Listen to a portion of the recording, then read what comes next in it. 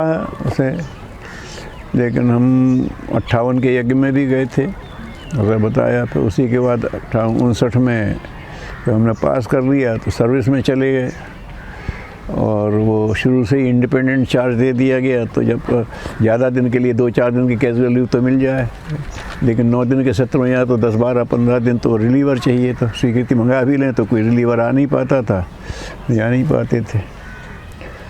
तो उसी के साथ यही प्रसंग भी है कि जब हमने पॉलीटेक्निक से हम निकले तो अपनी मार्कशीट लेने गए थे। बोर्ड में भी पोजीशन थी, तो मार्कशीट लेने गए तो लेक्चरर से हमारी अच्छी बनती थी, हमारे थे। तो उन्होंने कहा एक नंबर उपाध्याय, यहाँ जगह खाली है, तुम सिर्फ एप्लीकेशन दे दो तो डायरेक्टरेट से ऑर्डर हम करा लाएंगे, अभी ज्वाइन करो। तो हमने कहा ठीक कहते हैं साहब, लेकिन ये टेक्निकल विषय है, सिर्फ पढ़ के पढ़ाने लगे हैं तो विद्यार्थियों के साथ न्याय होगा नहीं, थोड़ा प्रैक्टिकल एक्सपीरियंस ले लें, उसके बाद फिर करेंगे इसमें। तो वो थोड़ा सा जैसे निराश से होकर के उन्होंने कहा कि एज डेस्टिन्ड। तो दूसरे बोले हाउ यू कैन से कि he is not destined for teaching.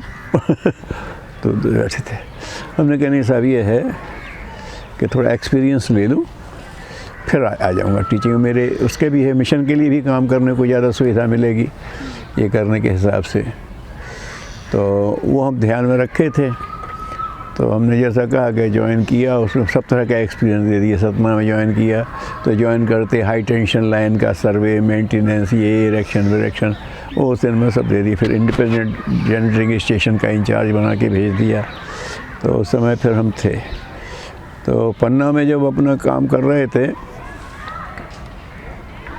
तो अब सोचे हम तो किसी को जानते नहीं थे, तो यहाँ काम कैसे शुरू करें। तो एक ओवरसीयर थे PWD के, तो वो अपने यहाँ टेम्पररी कनेक्शन की बात लेने के लिए आए, किराए से रहते थे। तो उनसे बात की, तो जब उनसे पूछा तो बोला तो उनके पिताजी वहाँ नौगांव में हमारे साप्ताहिक यज्ञ में नियमित आते थे। तो हमने कहा तो उनके लड़के हो। हमने कहा यार तो फिर तो ठीक है, अभी यहाँ तो मिशन का कुछ दिखता नहीं, शुरू करना है, कैसे करें। तो बोले अगले रविवार को मेरा बेटा 1 साल का हो रहा है, तो उसकी वो बनाएंगे, यज्ञ करेंगे आपस वहीं से। हमने कहा ये बिल्कुल ठीक है। तो हमने कहा फिर यहाँ के कुछ खास लोगों से परिचय करा दो। तो उन्होंने कहा गौरी पंडित जी का परिचय दिया कि वो बड़े हैं, वो उन्हें स्कूल टीचर से अपना काम शुरू किया था। फिर डायमंड ऑफिसर भी रहे, वहाँ जो डायमंड निकलता है तो उसका एक डायमंड ऑफिसर होता है, उसी के कंट्रोल में रहता है। फिर उसकी डेट होती है घोषणा की, तो सारे देश के जौहरी आते हैं। तो जैसे तुम्हें मिला तो तुम जमा कर दोगे, तुम्हारा इतने कैरेट का तुम्हारा हीरा मिला, इनका कोई सीधा बेचे तो पैसे भी नहीं मिलते उसके। जब डिक्लेयर होता सब आते हैं, तो फिर उसको बोली लगती है।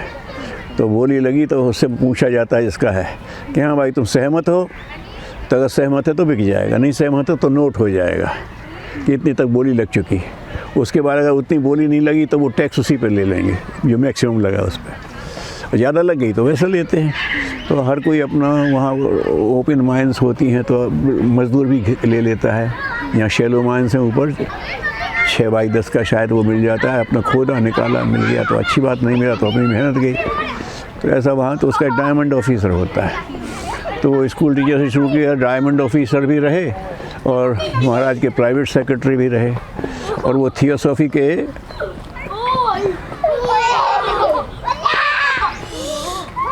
वो बच्चे हैं कर रहे हैं। तो वो थियोसॉफिकल सोसाइटी इसके उस समय 125 देशों में थी, ब्रांचेस अब कितनी है पता नहीं, अंतर्राष्ट्रीय है। उनकी भी मान्यता यही है कि ये हिमालय का ऋषि संघ ही सब कुछ चलाता रहता है। मास्टर्स कहते हैं उन्हें, masters they are the real rulers. तो उन्होंने कहा, तो हम उनके गए गौरी पंडित जी के पास। तो वो महाराष्ट्रियन, गोल टोपी लगाए, धोती पहने, के दिन थे, जैकेट पहने, और जैसा महाराष्ट्र में और गुजरात में झूला रहता है उस पर बैठे। तो हमने गए, हमने परिचय दिया कि मैं यहाँ पावर हाउस इंचार्ज होके आया हूँ और ऐसा ऐसा है, और आपके पड़ोस में गायत्री यज्ञ कर रहा हूँ। तो वो जैसे उनका सास, ओ ये ऐसे ऐसे ऐसे। तो हमने कहा यार पंडित है, गोल टोपी लगाए बैठा है, अब हम पावर से हमें इम्प्रेस करने के लिए इंग्लिश बोलता है क्या, लेकिन थियोसॉफी का ज़्यादातर मूल अंग्रेजी में ही है, तो वो मराठी में, हिंदी में, अंग्रेजी में और ठेठ बुंदेलखंडी में धारा प्रवाह बोल सकते थे। सब अच्छे वक्ता भी थे, उनका आध्यात्मिक स्तर भी अच्छा था। वो प्राणिक हीलिंग का तो नहीं, बोले हीलिंग तो नहीं करता लेकिन टेस्टिंग करते थे वो, ऐसा उनका एक्सरे जैसा कि उन्होंने कहा अच्छा ठीक है, जैसे धूप है तो अच्छा, बोले जितना प्रकाश होता मुझे आसानी होती है, तो क्या हिलना मत, आँख खोलो और नहीं हो तो बंद कर लो, हिलना मत।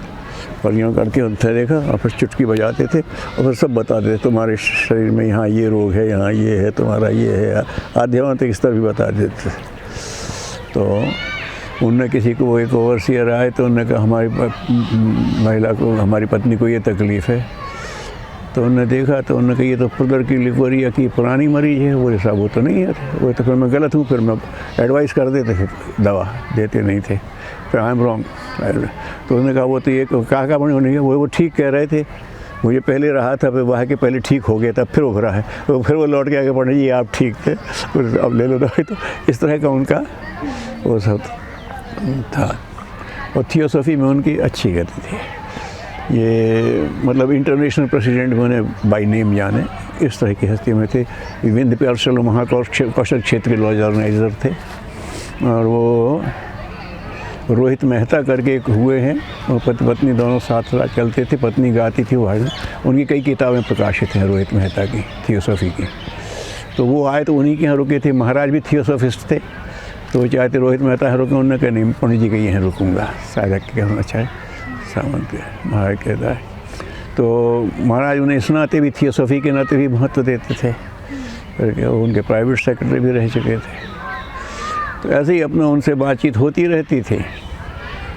तो ऐसे कहते एक दिन बोले मैं तुम्हारा हाथ देखूँगा, ठीक, अब तो कभी दिखाते नहीं थे हाथ, किसी ने देखा, फिर देखा, बोले ठीक है, कुछ नहीं बोले। तो जब रोहित मेहता आए, हम आए थे, हम बैठे, बोले आइए, तो उनसे कहते हैं अरे मेहता साहब इनका हाथ देखिए जरा। तो देखा, बोलिए she can go to any heights. उसको देख करके उन्होंने कहा, तो वो कुछ बोले नहीं, और उनसे बातचीत हुई, तो उनसे बहुत अच्छा सत्संग चलता था। तो वो अपना बताते रहते थे, बोले हमें उनके थियोसॉफी में ES मेंबरशिप, एसोटेरिक सर्कल कहते हैं, उसमें खुला तो सब है लेकिन उसमें एंट्री मुश्किल से होती है। इतने दिनों तक थियोसॉफिकल का मेंबर रहा हो, उनकी वो मंगाता रहा हो थियोसॉफी मैगज़ीन, और फिर उनने इतने वहाँ क्लास किए हों, और फिर कोई ES मेंबर उसको रिकमेंड करे तब ES मेंबरशिप मिलती है। लेकिन वो होने के बाद किसी तरह का व्यसन नहीं होना चाहिए, किसी तरह का नशा नहीं होना चाहिए, तंबाकू भी नहीं और वो नहीं खा सकते। तो फिर बताते थे, तो वो कहते थे मैं पता नहीं, मैं तुम्हें कुछ ऐसी बातें बता देता हूँ जो ES में बताते हैं, लेकिन बिकॉज यू डिज़र्व इट, ऐसा पता नहीं क्या कौन सी, कभी पॉइंट तो किया नहीं। लेकिन जब हम उनसे मिले, हमने गुरुदेव का, तो जब उन्होंने कहा, हमने कहा कि साहब गायत्री यज्ञ है, बोले ओ गायत्री यज्ञ है, you know Gayatri, it's fire, something more than fire. हमने कहा तो आप ठीक कहते हैं, मैं तो नहीं जानता, कह सकता, लेकिन जिनके कहने से कर रहा हूँ वो ज़रूर जानते हैं। ठीक है, तो उन्होंने किताबें पकड़ा दी, हमने कहा आपके पड़ोस में यज्ञ आना, तो बड़े उससे ले ली। और फिर जब यज्ञ शुरू हो गया था, दिए पूजा नहीं चल रहा, आए, हमने कहा ये पंडित जी बैठे, नो यू कंटिन्यू, बैठे रहे, पूरा देखा, आहुति में नहीं आए। फिर बोले आई वॉन्ट मोर लीफलेट्स, तो और पुस्तकें हमने लगा रखी थी, थोड़ी था साहित्य, हमने और पकड़ा दिया। फिर जब खोले तो बोले, तो मैं तो पहली दफ़े उपाध्याय देख करके वहाँ गया कि ये कौन आदमी है ऐसा है जो हम चीज़ें ES मेंबर्स को बड़े संभाल के बताते, वो उन्हें जन सामान्य के लिए खोल दी हैं। It's something miracle in this world. ये अपने आध्यात्मिक क्षेत्र में तो चमत्कार जैसी बात हो रही। तो ही must be connected with the masters, वो विश्वास करते हैं, वाइट ब्रदर कहते हैं, सफ़ेद वस्त्रधारी बनते होते हैं। वो I tell you Upadhyay he must be connected with the masters. तब तक गुरुदेव ने अपने हिमालय के संबंध में कुछ बताया नहीं था, बस यही कहते हैं प्रेरणा मिली है, कर रहे हैं, भगवान का कहना है, वो अगर नहीं थी। जब वो 60 में गए हिमालय, तो उस समय एक साल के गए थे, जून 60 में गए थे, जून 61 में लौटे थे। उसी समय के संस्मरण हैं सुनसान के सहचर, जिसमें पूरे हिमालय का वर्णन है और बड़ा अच्छा जो कुछ भी है, यात्रावृत्ति भी है और गहन अध्यात्म भी है, उसमें मनोरंजन सब है बड़ी सी।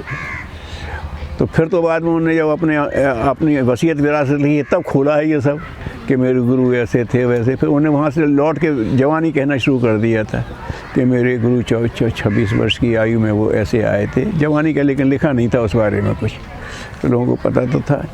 और मैं उनसे मिलने गया था, वहाँ से भेंट हुई, वहाँ क्या हुआ।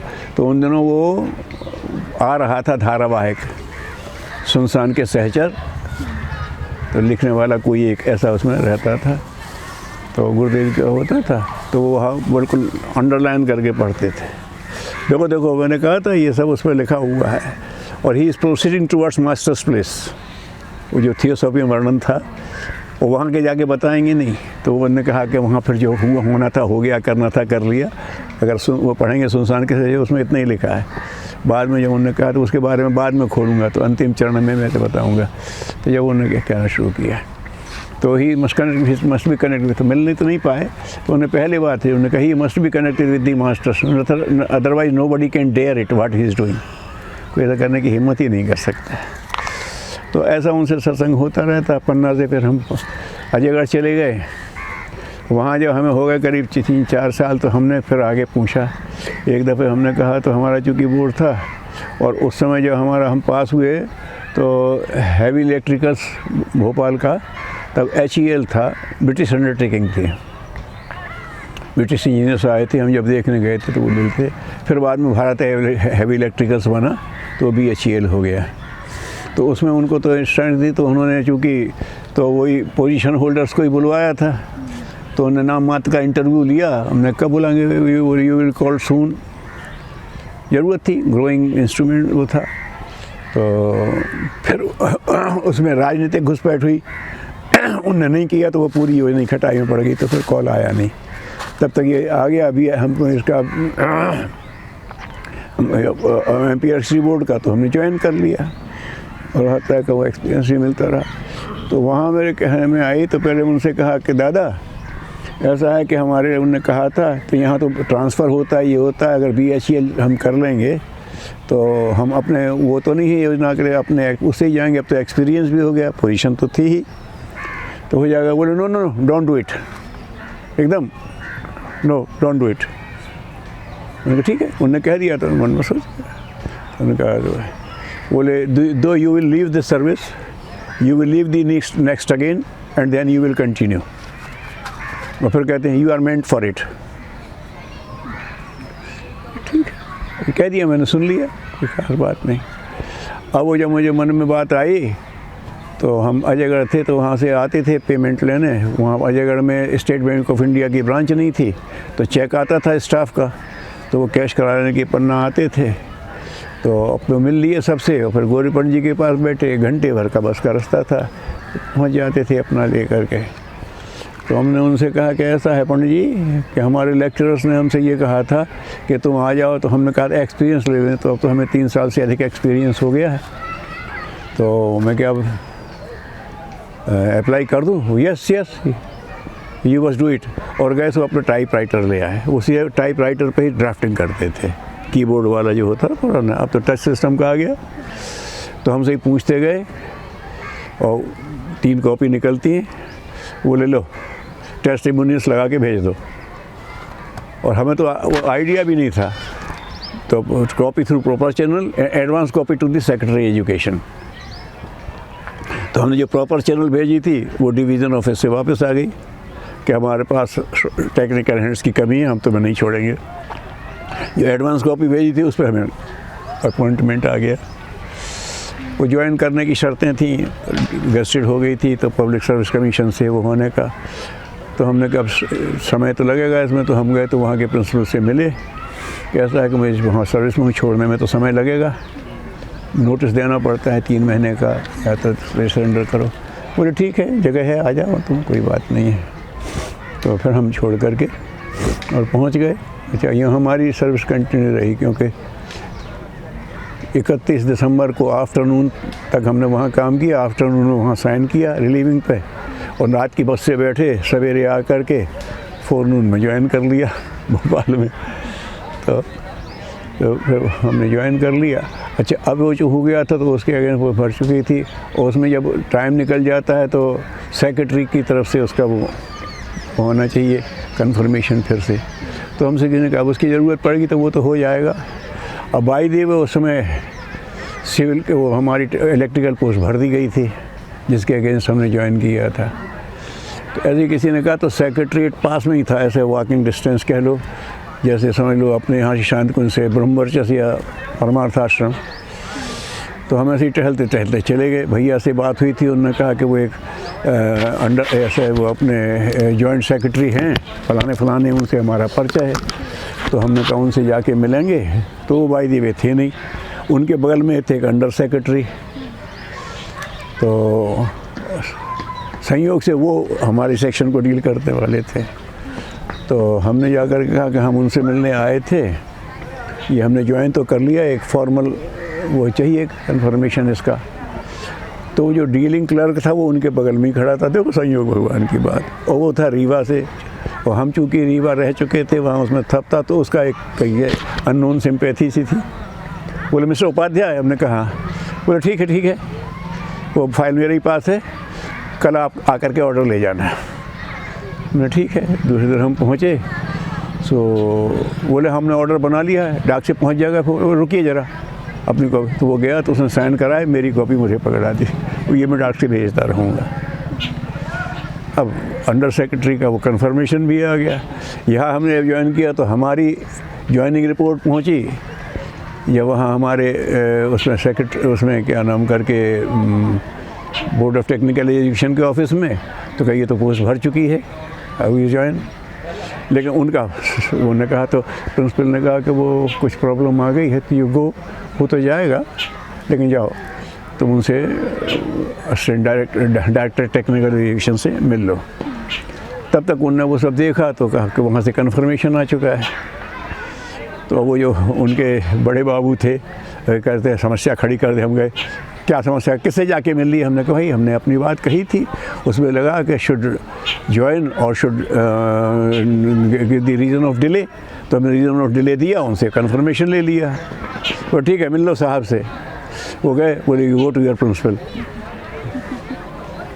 तो हम जैसे याद, प्रिंसिपल ने कहा कि ये इलेक्ट्रिकल की पोस्ट भर चुकी है, लेकिन सिविल की खाली पोस्ट के अगेंस्ट हम आपको अपॉइंट करते हैं और फिर ट्रांसफ़र करवा देंगे। हम कर रहे ट्रांसफ़र। अब उसी बीच में हम जो आए, तो हम क्योंकि जनवरी में ज्वाइन किए थे, तो जो ईयर एंडिंग का होता है वो फंड्स को सब वो आ चुके थे टेंडर। तो हमारे वो जो हेड ऑफ द डिपार्टमेंट थे मिस्टर भट्ट, बड़े छोटी नई उम्र के थे लेकिन बड़े खुश मिजाज, बोले अच्छा अब तो आ गए उपाध्याय, तो यहीं बैठ जाओ, तो ये कंपैरेटिव स्टेटमेंट तैयार कर लो इनका सब। हम वहीं बैठ गए।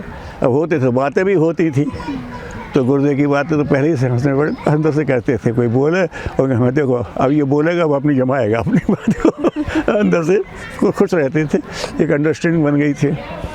फिर हमारा ट्रांसफ़र ऑर्डर आ गया छिंदवाड़ा ज्वाइन करने का। फिर क्यों भाई वादिया कब जा रहे हो?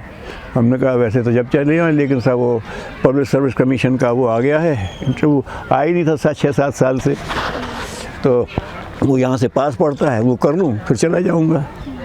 ठीक है। फिर बोले दूसरे दिन कहते हैं क्यों वहाँ छिंदवाड़ा में कुछ आपको वहाँ एडवांटेज है? हमने कहा पता नहीं एडवांटेज है कि परेशानी है, मैं तो कभी गया नहीं था। बोले रोक ले, तो हमने कहा आपकी मर्जी। उस समय प्रिंसिपल होकर के आ गए तो वो जॉइंट डायरेक्टर टेक्निकल एजुकेशन रह चुके थे, मिस्टर एस दास, बड़ा उसका आदमी था। तो उनने उनसे कह दिया कि साहब इसको, तो उन्होंने डीओ लिख दिया। डीओ लेटर वो कहता है कि नाम से लिखते हैं टेक्निकल, तो डियर रेस्पेक्टेड सर नाम लिखते हैं उसमें, तो डीओ लेटर का डेमी ऑफिशियल लेटर, तो उसको इम्पोर्टेंस होता है। तो उन्होंने लिख दिया कि ये जो आदमी आया इसको तो हमें नहीं छोड़ना है, आप विकल्प बताइए। तो उन्होंने कहा फिर किसी दूसरे को भेजो। तो फिर हमारी जगह दूसरे का ट्रांसफ़र हुआ, हम फिर वहीं रहे वहाँ से भोपाल में ही वहीं से फिर छोड़ करके 64 में ज्वाइन किया था। तो हम शिविरों में जा ही नहीं पाते थे वहाँ। तो जून की छुट्टी होती थी, तो फिर जून के शिविर में 64 में गए। 65 में गुरुदेव ने पहली बार वो प्रगतिशील जाति संगठन का सम्मेलन बुलाया था, उसमें बोलने का मौका मिला तो लोगों को अच्छा लगा।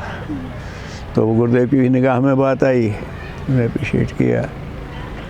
फिर 65 में 66 में इंदौर के कार्यक्रम में बात चली और 67 में हम पहुँच गए।